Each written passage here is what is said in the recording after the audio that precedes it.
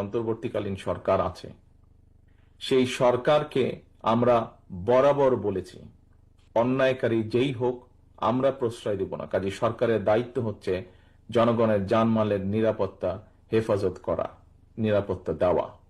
সরকার কেন ব্যর্থ হচ্ছে, এখানে যেই শহীদের বাবা প্রশ্নটি তুলেছেন, একই প্রশ্ন, আপনার এই একই প্রশ্ন আজকে আমাদের সবার এই সরকারের কাছে। তারা কেন প্রশ্রয় দিচ্ছে, তারা কেন আশ্রয় দিচ্ছে? গতকাল যে ঘটনাটি ঘটেছে আমরা খুব আশ্চর্যের সাথে লক্ষ্য করেছি। যাকে দেখেছি আমরা স্ক্রিনে, যাকে দেখেছি হত্যা করছে, তাকে কেন সরকার এখন পর্যন্ত অ্যারেস্ট করেনি?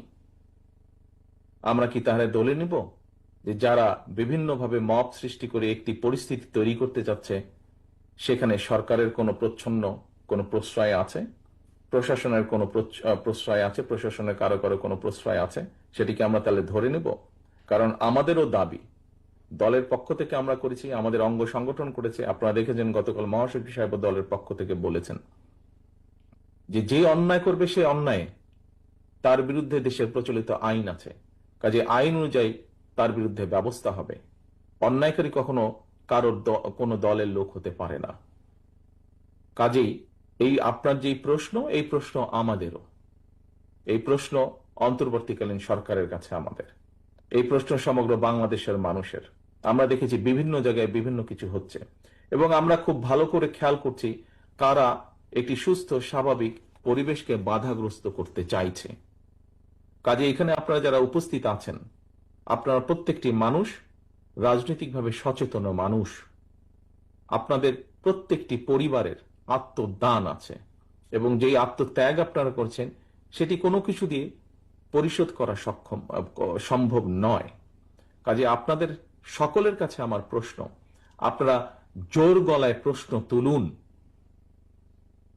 কারা আপনাদের যেই স্বজনরা আত্মত্যাগ করেছে তাদের বিচার কেন আজ পর্যন্ত বিলম্বিত হচ্ছে? কারা মব সৃষ্টি করে বিলম্বিত করতে চাইছে? কারা এই সকল হত্যাকাণ্ড? কারণ দুদিন আগে আরেকটি হত্যাকাণ্ড হয়েছে, আমাদের যুবদলের এক কর্মীকে হত্যা করা হয়েছে, তার রক কেটে দেওয়া হয়েছে। কেন সেটি নিয়ে কথা বলা হচ্ছে না? কেন সেই বিচারের দাবি করতে গেলে বলা হচ্ছে যে বিএনপি লাশ নিয়ে মিছিল করছে? এই প্রশ্নের জবাবগুলো আজকে আমাদের সবাইকে খুঁজতে হবে, কারণ এই প্রশ্নের জবাবগুলোর সাথে বাংলাদেশের অস্তিত্বের সম্পর্ক রয়েছে, বাংলাদেশের মানুষের অস্তিত্বের সম্পর্ক রয়েছে। আজকে আমাদেরকে দেখতে হবে প্রকৃতগতভাবে কারা বাংলাদেশের মানুষের পক্ষে এসে দাঁড়ায়। আমাদেরকে সত্যিকার ভাবে খুঁজে বের করতে হবে কারা বাংলাদেশের স্বাধীন